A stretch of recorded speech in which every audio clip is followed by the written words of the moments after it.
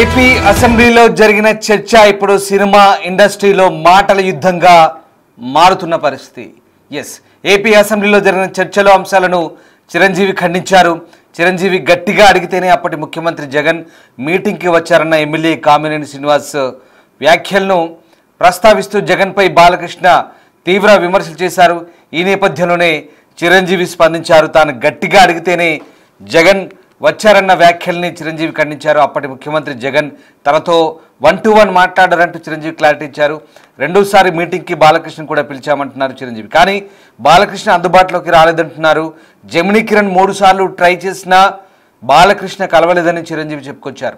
తన చొరవ వల్లే అప్పటి ప్రభుత్వం సినిమా టికెట్ల ధరల పెంపుదలకు అంగీకరించిందంటూ చిరంజీవి చెప్తున్నారు. ఆ నిర్ణయం సినీ పరిశ్రమకు మేలు చేస్తుందంటూ చిరంజీవి ఒక పత్రికా ప్రకటన విడుదల చేశారు. మొత్తం మీద ఏపీ అసెంబ్లీలో సినిమా పరిశ్రమ గురించి జరిగిన చర్చ ఇప్పుడు ఆసక్తికర పరిణామాలకు దారితీస్తుంది.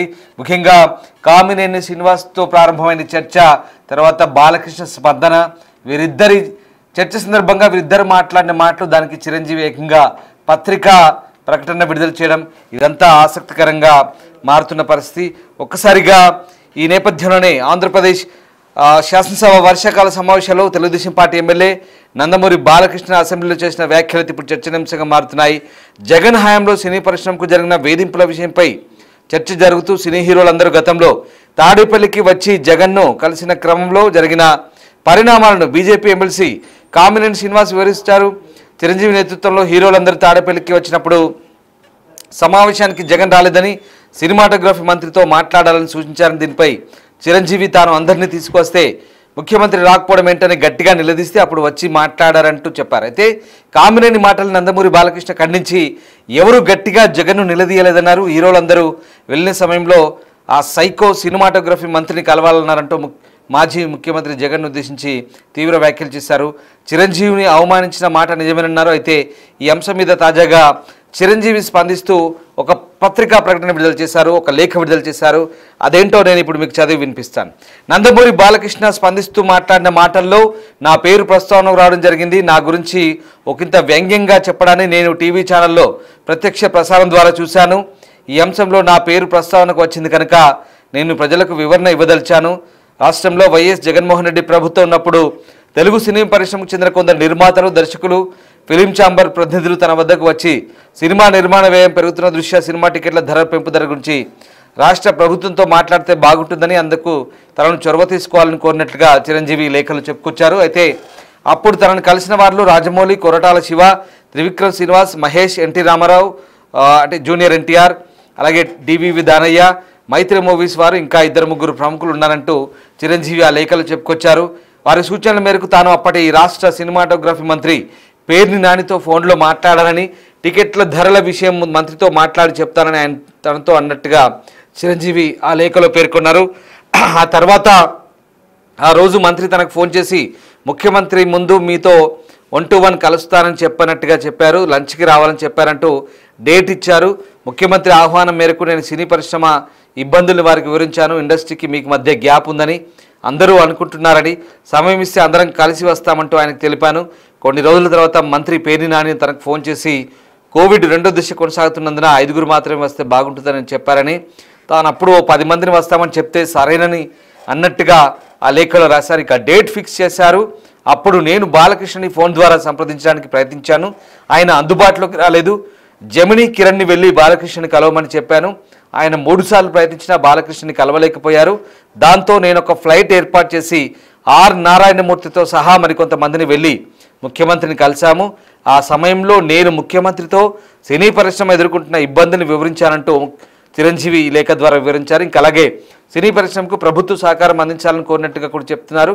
అందుకు అక్కడున్న వారందరూ సాక్ష్యమేనని, తాను ఆ రకమైన చొరవ తీసుకోవడం వల్లే అప్పుడు ప్రభుత్వం సినిమా టికెట్ల ధరల పెంపుదలకు అంగీకరించిందంటూ చిరంజీవి లేఖలో రాసుకొచ్చారు.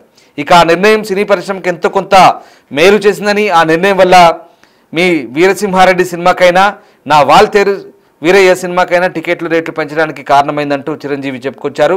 తద్వారా అటు నిర్మాతలకు, ఇటు డిస్ట్రిబ్యూటర్లకు, ఎగ్జిబిటర్లకు లాభం చేకూరిందని, తాను రాష్ట్ర ముఖ్యమంత్రితోనైనా సామాన్యుడితోనైనా తన సహజ సిద్ధమైన ధోరణిలోనే గౌరవం ఇచ్చిపుచ్చుకునే విధానంలోనే మాట్లాడతానని, ప్రస్తుతం ఇండియాలో లేని కనుక పత్రికా ప్రకటన ద్వారా జరిగిన వాస్తవాన్ని అందరికీ తెలియజేస్తున్నానంటూ చిరంజీవి స్పందించారు. ఇది చిరంజీవి రాసిన లేఖ. సో మొత్తం మీద ఈ మొత్తం వ్యవహారంలో ఒక్కసారిగా సినీ పరిశ్రమలో అంటే అసెంబ్లీలో జరిగిన చర్చ సినీ పరిశ్రమలో నిజంగా మాటల యుద్ధానికి దారి తీయబోతుందంటే అవునని అనిపిస్తుంది. బాలకృష్ణ అలాగే కామినేని శ్రీనివాస్ చేసిన అసెంబ్లీలో జరిగిన అసెంబ్లీలో చర్చ సందర్భంగా వాళ్ళు మాట్లాడిన మాటలను చిరంజీవి ప్రతి అంశాన్ని కూడా ఇక్కడ ఆయన క్లారిటీ ఇచ్చే ప్రయత్నం చేశారు, ఒక రకంగా ఖండించిన పరిస్థితి. వాస్తవానికి చిరంజీవి చెప్తున్న చర్చలో వీళ్ళు చెప్తున్న అంశం ఏంటి, ఎవరిని పిలవలేదు చిరంజీవి గారు గత ముఖ్యమంత్రి అంటూ వీళ్ళు చెప్పుకొచ్చారు. కానీ అలాంటిది ఏం లేదు, అందరినీ రమ్మన్నారు, సాధారణంగా ఆహ్వానించారు, మాకు డేట్ ఇచ్చారు, టైం ఇచ్చారంటూ చిరంజీవి చెప్తున్నారు. ఇది మొదటిది. ఇక రెండోది, పిలిచి మరీ అవమానించారు, అక్కడ ఎవరిని అక్కడెక్కడో బయట నిలబెట్టారు, తర్వాత చిరంజీవి ఏదో గట్టిగా అరిస్తే లోపలికి పిలిచారు అంటూ కామినేని శ్రీనివాస్ చెప్పుకొస్తున్నారు. కానీ చిరంజీవి దీన్ని మళ్ళీ ఖండించారు. అలాంటిది ఏం లేదు, ఆల్రెడీ ముందే లంచ్ మీట్ ఏర్పాటు చేశాను, తర్వాత రెండోసారి మమ్మల్ని పిలిచారు, 5గురిని రమ్మంటే కోవిడ్ ఉందంటే లేదు 10 మందితో వెళ్ళాను, పిలిచారు, సాధారణంగా ఆహ్వానించారు, మన మధ్య గ్యాప్ ఉందని చెప్పాను, సరే ఆ గ్యాప్ నేను సరి చేసుకుంటానని చెప్పారు, తద్వారా టికెట్ల రేట్లకు అనుమతి ఇచ్చారంటూ చిరంజీవి క్లారిటీ ఇచ్చారు. ఇది రెండోది. ఇక మూడోది ఏంటంటే ఈ విషయానికి సంబంధించి అంటే ఖచ్చితంగా ఈ అంశాలకు సంబంధించి ఇక చాలా క్లియర్గా అనేక అంశాలు వీళ్ళు చెప్తున్న అంశాలన్నీ కూడా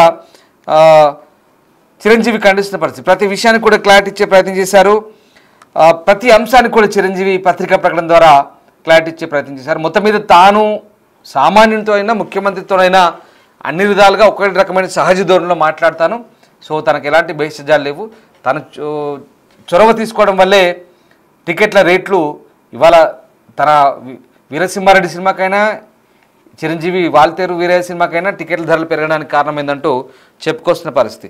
సో మొత్తం మీద ఈ అంశానికి సంబంధించి ఇప్పుడు మాటల యుద్ధం, ఒక రకంగా బాలకృష్ణ చేసిన వ్యాఖ్యలు, నందమూరి బాలకృష్ణ చేసిన వ్యాఖ్యలు చిరంజీవి ప్రతి అంశాల వారిగా ఖండించినట్టుగా మనకు అర్థమవుతుంది.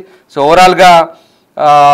ఓవరాల్గా ఈ అంశానికి ఇప్పుడు ఒక ప్రాధాన్యత ఏర్పడింది, ఒక ఆసక్తికర చర్చగా దారితీస్తుంది. ఇటు చిరంజీవి అటు బాలకృష్ణ డైలాగ్ వార్, మళ్ళీ ఇక్కడ ఆయన అసెంబ్లీలో మాట్లాడిన మాటలు ఇక్కడ ఖండించినట్టుగా మనకు క్లియర్గా అర్థమవుతుంది. ఆయన దాంతోపాటు తాను ఇండియాలో లేను కాబట్టి పత్రికా ప్రకటన విడుదల చేయాల్సి వచ్చిందంటూ చిరంజీవి స్పందించారు. సో మొత్తం మీద ఇది ఒక రకంగా మాటల యుద్ధానికి దారితీస్తుందని మనం అర్థం చేసుకోవాలి. చిరంజీవిని ఉద్దేశించి వ్యంగ్యంగా మాట్లాడారు అని చిరంజీవి భావిస్తున్నట్టుగానే ఇప్పుడు చిరంజీవి ఆ పత్రికా ప్రకటన విడుదల చేసినట్టుగా స్వయంగా ఆయన చెప్తున్నారు.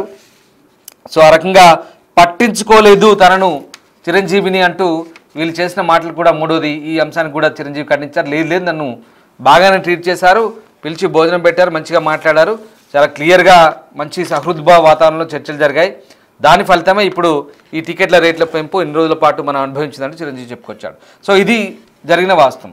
ఒకసారి ఇదంతా సరే, ఈ వాళ్ళు మాట్లాడిన మాటలు, చిరంజీవి రాసిన లేఖ ఇప్పటిదాకా నేను మీకు చదివి వినిపించాను. సరే, ఇక నేను చెప్పడం ఎక్కువ కాదు, అసలు అసెంబ్లీలో ఏం జరిగిందో, వాళ్ళు ఏం మాట్లాడుకున్నారో ఒకసారి మీరే చూడండి. తర్వాత చిరంజీవి లేఖని ఇందాక నేను చెప్పిన అంశాల వారిగా మీరే ఒకసారి వీళ్ళు మాట్లాడిన మాటలకి చిరంజీవి ఇచ్చిన క్లారిటీకి ఒకసారి ఆలోచించుకొని ఒకసారి చూద్దాం వీళ్ళు ఏం మాట్లాడారు అసెంబ్లీలో. చిరంజీవి గారు సురేఖ్ గారిని ఒకసారి రమ్మంటే కారు పోర్టుకోలోకి వెళ్ళి భార్యాభర్తలు వచ్చి ఇన్వైట్ చేసి లోన తీసుకెళ్లారు. తర్వాత సినిమా వాళ్ళ డిస్కస్ చేయాలి అంటే వాళ్ళే లిస్ట్ పంపారు. ఆ లిస్టులో బాలకృష్ణ గారు వీళ్ళెవరు లేరు, ఆయనకి కలుస్తూ ఇష్టం లేదు. ఆయన ఎవరిని కలవకుండా రాజకీయాల్లో సంబంధం లేకుండా డిగ్నిఫై వేరేగా ఉన్న ప్రభాస్ గారిని, అలాగే మహేష్ బాబుని, రాజమౌళి గారిని రమ్మన్నారు.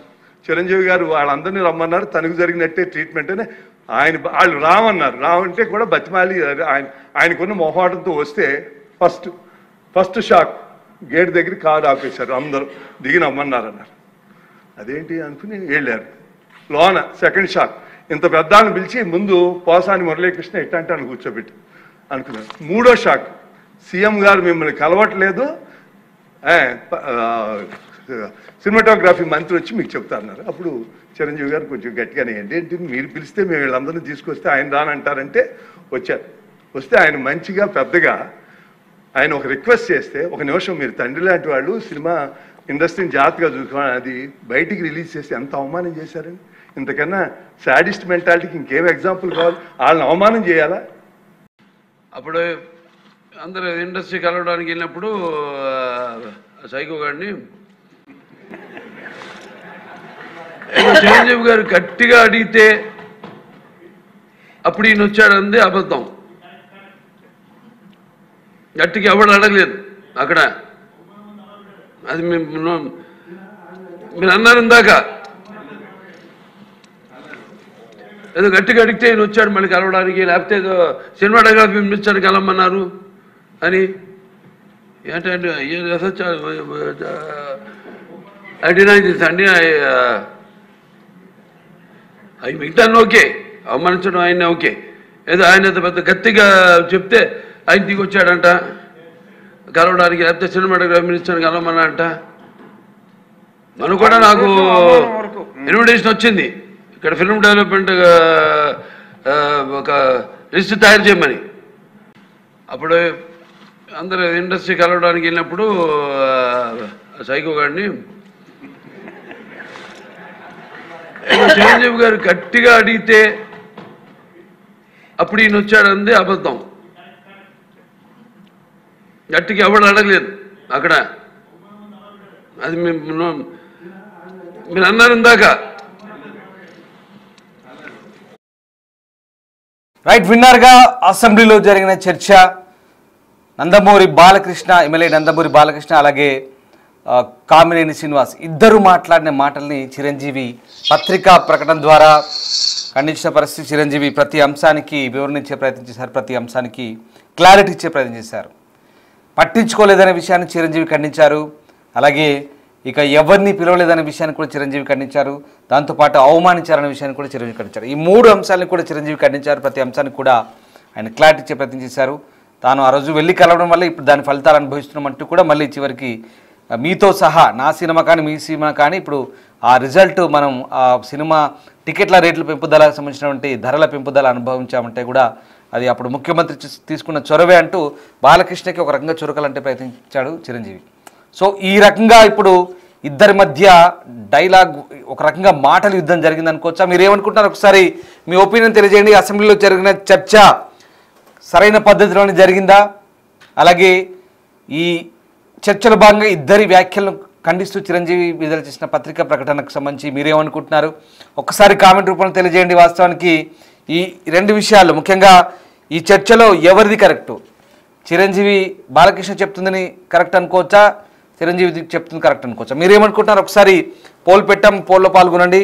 అలాగే మీ కామెంట్ కూడా కామెంట్ బాక్స్లో తెలియజేసే ప్రయత్నం చేయండి. రైట్, మొత్తం మీద ఏపీ అసెంబ్లీలో జరిగిన చర్చ, సినిమా పరిశ్రమ గురించి జరిగిన చర్చ ఇప్పుడు వివాదాస్పదంగా మారుతున్న ఒక రకమైనటువంటి ఆసక్తికర చర్చకు దారితీస్తున్న పరిస్థితి. చిరంజీవి దీనికి సంబంధించి ప్రత్యేకంగా విదేశాల్లో ఉన్నప్పటికీ కూడా స్పందించాడంటే ఎంత సీరియస్గా తీసుకున్నాడో, ఆయన ఈ రకంగా వెంటనే కౌంటర్ ఇచ్చే ప్రయత్నం చేశాడు. బాలకృష్ణ మాటలకి, చర్చలో సందర్భంగా జరిగిన అంశాలకి ఆయన కౌంటర్ ఇచ్చే ప్రయత్నం చేశాడు.